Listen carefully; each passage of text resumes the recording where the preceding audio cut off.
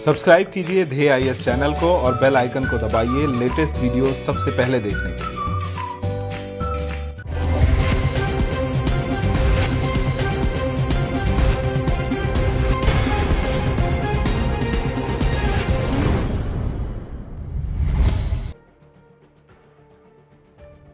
हम इंसानों के लिए प्रकृति के रहस्य हमेशा से ही कौतूहल के विषय बने रहे हैं।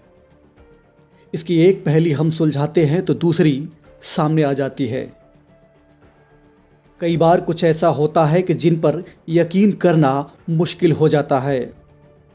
हाल ही में प्रकृति के एक और रहस्य के बारे में कुछ खुलासे हुए हैं जिनको जानकर आप दंग रह जाएंगे। भारत के हिस्से में आने वाली हिमालयी क्षेत्र में बर्फीली चोटियों के बीच मौजूद रूपकुंड झील में एक अरसे से इंसानी हड्डियां बिखरी हैं। हालिया अध्ययन में इन कंकालों के बारे में कुछ नए रहस्य उजागर हुए हैं। डीएनएस में आज हम आपको रूपकुंड झील के बारे में बताएंगे और साथ ही समझेंगे कि आखिर क्यों कहते हैं इसे कंकालों वाली झील और इसका रहस्य क्या है। रूपकुंड झील समुद्र ताल से करीब 16,500 फीट की ऊंचाई पर मौजूद है। ये झील हिमालय की त्रिशूल चोटी के बीच मौजूद है। बता दें कि हिमालय की 3 चोटियां त्रिशूल जैसी नजर आती हैं, जिसकी वजह से इन्हें त्रिशूल कहा जाता है। भारत की सबसे ऊंची पर्वत चोटियों में शुमार त्रिशूल उत्तराखंड के कुमाऊं क्षेत्र में स्थित है। रूपकुंड झील की खोज साल 1942 में एक ब्रिटिश फॉरेस्ट रेंजर ने की थी। यहाँ जगह जगह इंसानी हड्डियाँ बर्फ में दबी हुई पाई गई थीं। इसकी वजह से इसे कंकालों की झील कहा जाता है। इन मानव कंकालों को लेकर कई तरह की कहानियाँ बताई जाती हैं। मसलन ये कंकाल एक भारतीय राजा और उनकी पत्नी और उनके नौकरों के हैं। 870 साल पहले ये सभी लोग एक बर्फीले तूफान का शिकार हो गए थे और यहीं दफन हो गए थे।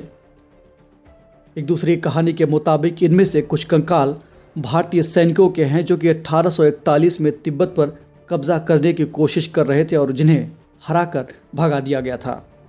इनमें से 70 से ज़्यादा सैनिकों को हिमालय की पहाड़ियों से होते हुए वापस लौटना पड़ा और रास्ते में उनकी मौत हो गई।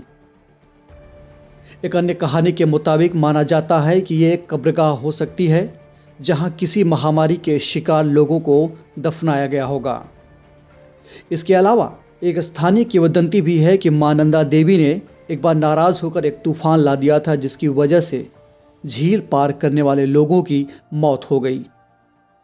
गौरतलब है कि भारत की दूसरी सबसे ऊंची चोटी नंदा देवी है, जिसका नाम इन्हीं देवी के नाम पर रखा गया है।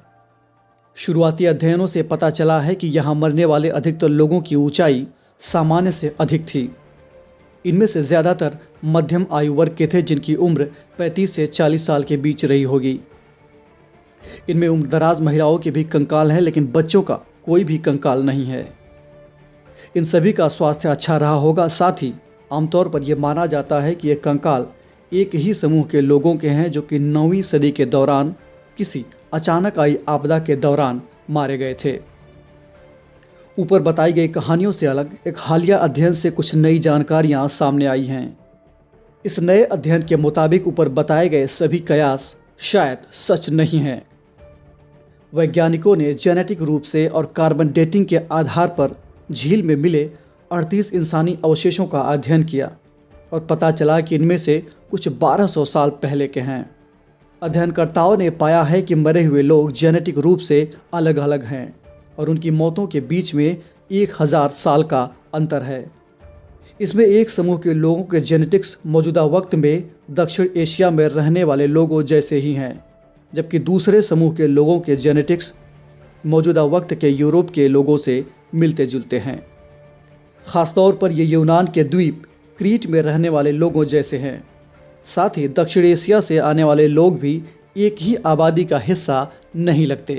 ये झील किसी ट्रेड रूट पर नहीं पड़ती है, यानी ये व्यापार के लिए इस्तेमाल किए जाने वाले रास्तों का हिस्सा नहीं थी।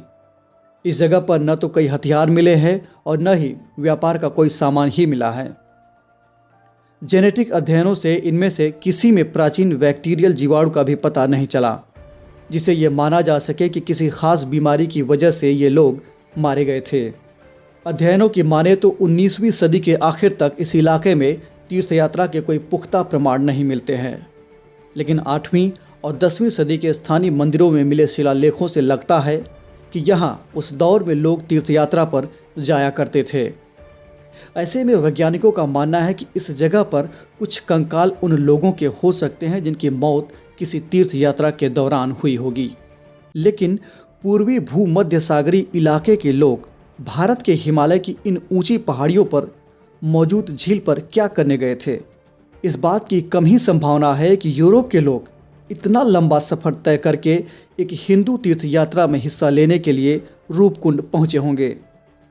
तो क्या ये हो सकता है कि पूर्वी भूमध्य सागरीय पूर्वजों की जेनेटिक रूप से अलग आबादी पीढ़ियों से इस इलाके में रह रही हो? इन सभी सवालों का जवाब अभी भी खोजा जाना बाकी है। अभी भी ये साफ नहीं है कि रूपकुंड झील में आखिर हुआ क्या था, लेकिन ये ज़रूर कहा जा सकता है कि ये सभी मौतें किसी एक घटना में नहीं हुई हैं।